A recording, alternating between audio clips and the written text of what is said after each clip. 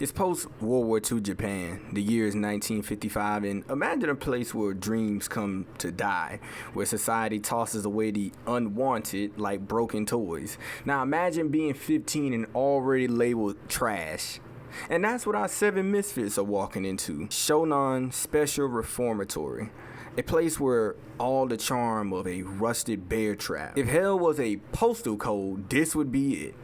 No sunshine, just cold concrete, endless beatings, and a society that wants you to shut up, suffer, and disappear. And this old fuck. Into this meat grinder are thrown these 6 individuals. I would pronounce some of their names, but we should know by now I cannot read. So here are who they are and what's wrong with them.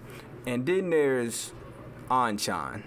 Yeah, I can pronounce his name. Not a boy, a man, 18 years old, towering, stoic, scars deeper than the sea. They're tossed into Block 2, Cell 6. At first, it's the Lord of Flies. Everyone's sizing each other up, nerves frayed, fists clenched, but then Anchan speaks. And just like that, the wolves start to look up to the lion. Anchan isn't just older, he's different. Calm in chaos, strong but kind. He's the older brother life forgot to give them. He doesn't preach, he teaches, and with his fists when he has to, but with the silence when it means more. He tells the boys the dream that even in this twisted, barbed wire world, you've got to keep something inside that no one can beat out of. He trains Mario how to fight, and not just to win, but to stand. He gives Joe back his voice, pulls Kayabetsu out of despair. He lifts the entire cell just by existing. This dude could have been a champion boxer, but instead, he's stuck here. Why? Because life's cruel, that's why. He was framed, set up. The system chewed him up like it does anyone who tries to stand tall in a crooked world. Now you think that after surviving war,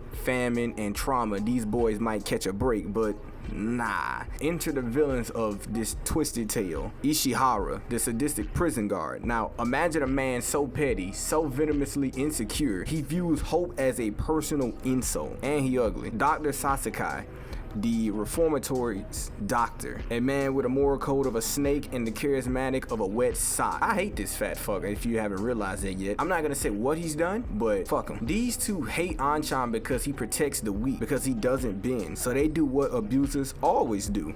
They isolate, torture, and plot. The abuse in Rainbow is real and brutal. The manga doesn't flinch because the real world didn't either. After everything, you can hope Anchan gets out. Maybe there's a happy ending on the horizon, but Rainbow isn't a fairy tale, it's a gut check. Anchan gets released early.